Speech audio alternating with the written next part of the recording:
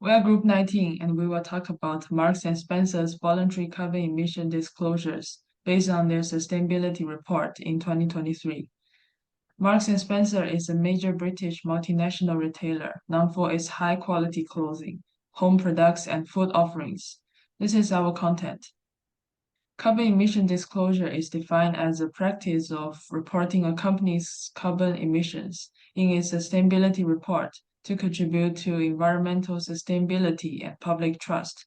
The disclosure of Scope 1 and Scope 2 emission is legal requirement, but Scope 3 is voluntary disclosure. Scope 3 emissions are all indirect emissions that occur in the value chain of the reporting company, including both upstream and downstream emissions.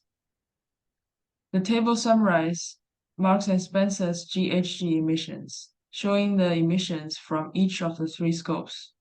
For MS, it complied with Scope 1 and Scope 2 on carbon disclosure, which is required to be disclosed under TCFD regulations, but did not comply with the SBTi targets. CDP's rating profile for its financial year 2023 is B, just as the image shows. According to the chart, Scope 3 reported the total, but the footprint was not very clear. It reported the target and found that the target of the main activity was well completed. The classification and data of carbon footprint of Scope 1 and Scope 2 are more clear and disclosed in more detail. As for the information about Scope 3, as seen in Figure 1, it appears that the majority of Marks and Spencer's carbon footprint of 94% or 6.1 million tons is indirect, comes from our value chain, relating to the manufacturing and sourcing of Marks and Spencer's food and clothing and household products. As you can see in Figure 2, the two rows cited in the slides are the main activities that are performing relatively well, with the level of achievement of the target being above 90% in both cases. While most of the descriptions of the target's degree of completion are in percentages, referring to Figure 3, the company also disclosed a portion of specific figures on the carbon emissions generated by food waste, which is also a surprising portion. From an ESG perspective, MS initiatives include assessing low carbon resources, working with suppliers with lower carbon emissions, using the circular economy to conserve resources, and using low carbon transport. It not only improves the sustainability of society's environmental resources, but also inspires other companies to switch towards an environmentally friendly model. Then let's move on to the theory part. First, we'll talk about the stakeholder theory. It's a framework in organizational management and business ethics that considers the interests of all stakeholders in corporate decision-making process. There are 2 points to discuss. The first one is about firm value. There is a positive correlation between the voluntary disclosure of carbon emission and firm valuation. Environmental groups often focus on companies with high carbon emissions. Therefore, companies are willing to disclose their carbon emissions data to avoid the release of negative information that could lead to decline in company value. Second is about trust. By voluntarily disclosing carbon emission data, companies can enhance the trust of consumers, investors, and other stakeholders. Transparent environmental disclosure reduces information asymmetry and enable stakeholders to better assess a company's environmental risk and management capabilities. The second theory which we talk about is legitimacy theory.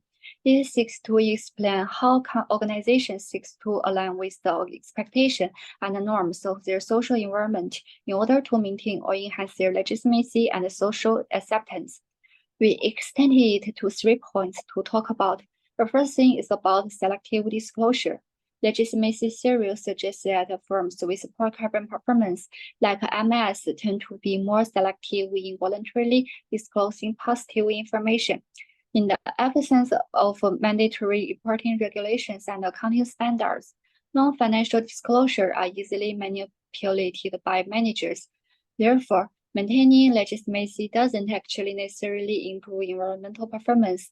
This approach may lead to skepticism about the effectiveness of voluntary disclosure schemes, such as the Carbon Disclosure Project. Secondly, we talk about the compliance with legal requirement. From the perspective of the legitimacy theory, the company has completed its Scope 1, 2 disclosure in accordance with the law and is relatively clear, but the compliance hasn't been determined due to the corporate Scope 3 carbon emission report.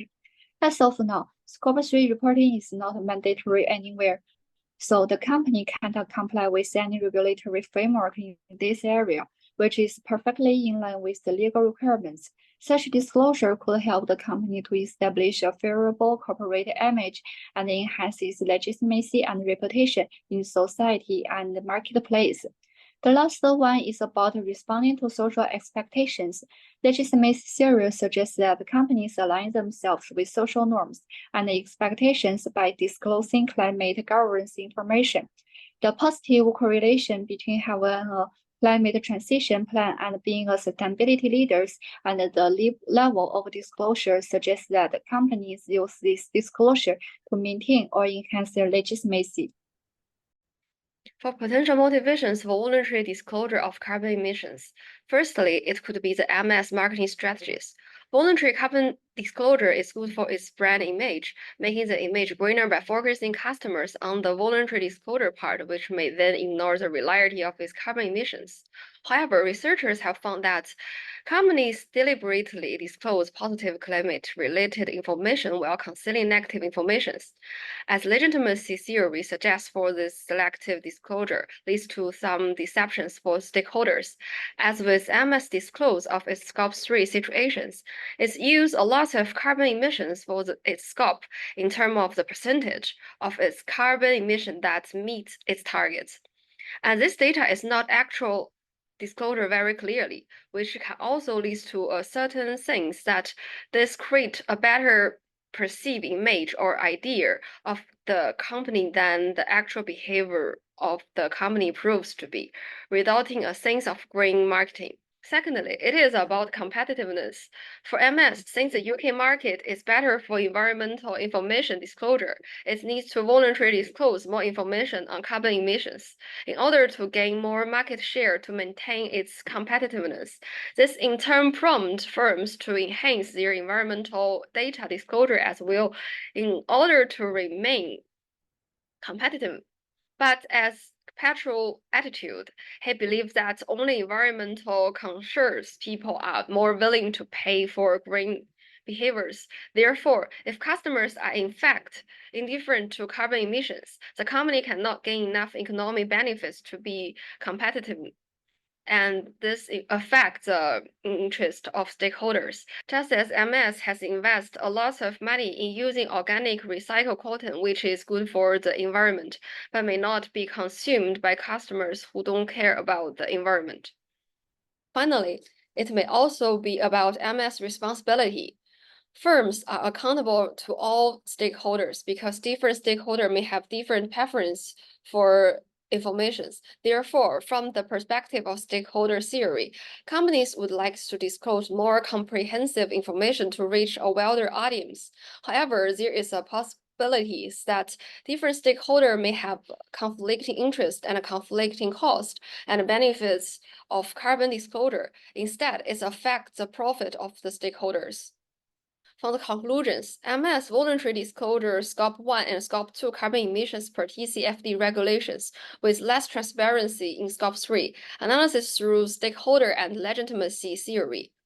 This enhanced corporate image demonstrates sustainability commitment and maintain competitiveness. It still positive impact environmental sustainability and public trust. This is our reference.